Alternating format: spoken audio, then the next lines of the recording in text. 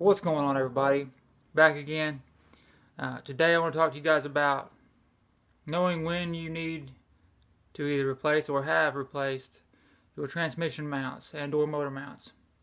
Um, Thought I'd go over a few ways to be able to tell without taking your car apart to get to them to just check.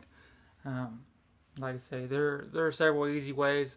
On front wheel drive cars, for the most part, you can jack up your driver's side, especially these Hondas. Whichever side your transmission is on, jack that side up, and either get you a big pry bar, find where your mounts are, stick it in there near it, and then go to pry up on it. Don't pry up on it hard like you're trying to tear nothing up. Just pry up on it just enough to where you see your transmission case move up, and to where you can see the rubber part of your mount. And if it goes to stretch up with the transmission, like the rubber's trying to stretch, then generally they're still good. If you go to lift it up and you see it come up and the mount and the rubber part of the mount stays down there and you can see light through there, you can see a crack, that means it's pulled apart and it needs to be replaced. Another way is, if you have a friend or a family member to help you, have them get inside the car, start the car. You lift the hood up to where you can see the motor, and then have them put it in drive and hold their foot on the brake really hard, and then just barely push the gas. Just enough. Not like they're trying to take off or rev the car real high. Just touch it just enough to where the motor revs a little bit, and you're going to be able to see how far your motor moves. Now, obviously, it's supposed to move some. That's why mounts are rubber, so they have a little bit of give so that it can move, so that when you're going down the road, your motor doesn't have solid mounts and you're feeling everything to your car. Because if you've ever been around any race cars or anything that has solid mounts, you're going to feel the motor idling, you're going to feel every vibration that it makes going down the road, you're going to feel it inside the car. That's another way to, for the most part, like I said, there's always several things it could be, but if you're driving your car and you're feeling a lot of vibration, either in your seat or in your steering wheel, it generally means that it's either a motor mount or a transmission mount, especially if it's doing it while you're sitting still and not going down the road. The car's just running. So, as I was saying, with your friend holding your foot on the brake, giving it a little bit of gas to get the motor to move, like I say, it should move a little bit, maybe an inch or so, depending.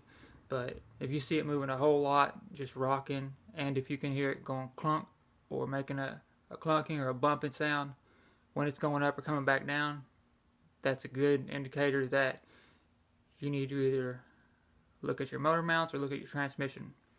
So, where was I going with this? Either way, I wanted to give you, here's another one of the lower mounts. As I was saying, if you stick a pry bar in between anywhere along where this mount is, on the core, the support of your car, the cradle, whatever, control arm, whatever you can get it on, in the transmission case, and pry up. If you see this part right here, this is rubber. If you see this stretching, trying to come up, like you can obviously tell it's still attached to the transmission, then generally they're still good. If you see it come up and this top piece right here goes with the transmission and the rest of it doesn't, that right there tells you it's bad and it needs to be replaced. Like I say, they're fairly easy to replace if you're any type of mechanically inclined. If not, as long as you catch them before things go way bad, they shouldn't be too expensive to replace. One thing that people don't think about, say you have a bad motor mount start to go bad and you notice it's going bad, but a lot of people are just like, I'm just going to let it go, be alright. I got numerous other mounts, right? So the thing is, when one goes bad, then all the pressure goes to the other ones. So for the most part, they go from one mount to the next mount, wearing themselves out all the way until they're all wore out. Now most cars have some type of safety feature that won't allow the motor to actually come up and try to come out of the car or anything like that, but you're obviously going to get a lot of just clunking and banging noises when you're going in and out of gear, when you're going on and off the gas, and you're going to feel a lot of vibrations just idling. So you want to get something you want to keep an eye on. Also, like I say, if your motor mounts go bad and you let them all go bad, it also goes all the way, it sends all the pressure to your transmission, so then it starts using its mounts trying to hold everything down.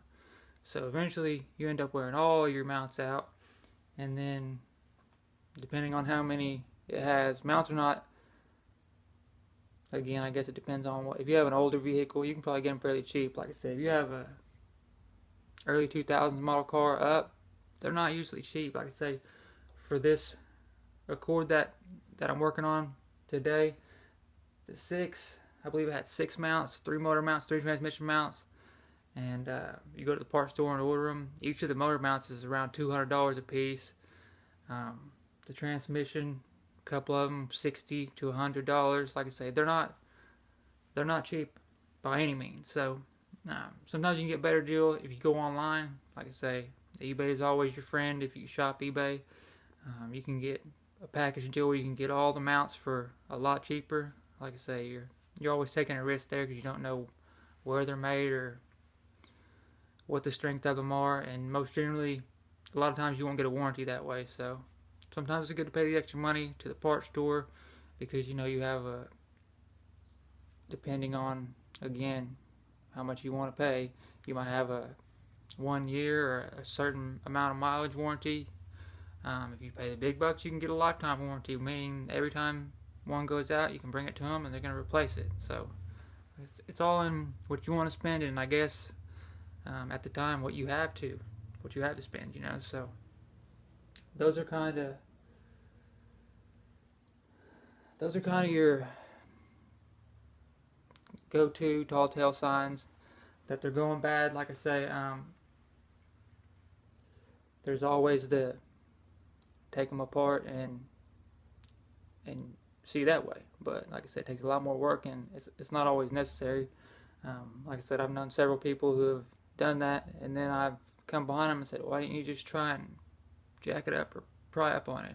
You can tell a lot by putting a jack under your motor or your transmission and just lifting it up just a little bit. Again, you don't want to jack it up through the roof to where it tears mounts loose and stuff. You just want to jack it up enough to see if it's moving too far, and if you can see, like I say, if you can see sunlight through the middle of things, that generally tells you something's bad. So that's about all, I guess. Like I say, I just wanted to kind of explain that a little bit. Like I say, I've over time experienced a lot of people saying their car's either vibrating, they feel like it's running rough, and they want to go to saying it needs a tune-up or this or that, when the whole time it could have been a mount. Their car could be running fine, but if your mount's gone, the rubber is gone, and you got metal sitting on metal, you're going to feel all the vibrations in the seat of your pants, seat of your car, or in the steering wheel. So that's that. And also, a lot of people go to, if they're feeling a vibration, maybe you're feeling it at a certain speed going down the highway, it could also be a mount. And a lot of people also think that because they're going down the road and they're feeling it, that it's automatically they have something wrong with a tire or a drive shaft, something that automatically their mind goes to, it's something that has to do with it going down the road. And that's not always the case. Like I say, those are a few simple things that you can check, like I say, before you go diving into other bigger things and spending more money.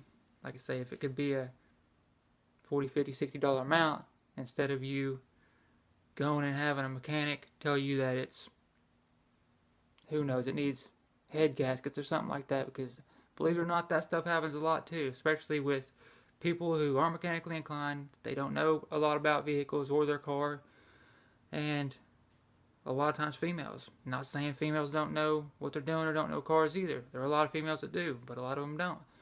And there are a lot of crooks that take advantage of that, and they see a payday. They see, I can tell them that it's this, and they're not going to know any better. So they're just going to be like, it's got to be done, therefore they pay it. You end up paying thousands of dollars, and then you get your car back, and it's still doing the same thing. It's still making the same noise, still feels the same, and then you're pissed. So those are a few small things that you can do just to check if you're feeling any kind of vibrations, any kind of clunking sound when you're going in and out of gear. Like I say, when you're on the throttle and you go to let off, if you feel like a thud, that could be a mount. So that's about it for today. Like I say, if you guys haven't already, don't hit the subscribe button, hit the bell. Like I say, stop and leave a comment. I appreciate any and all support, and like I said, I got some big things coming now that it's finally getting warm out and we can move around a little bit more. But till then, appreciate you guys watching. See y'all next time. I'm out.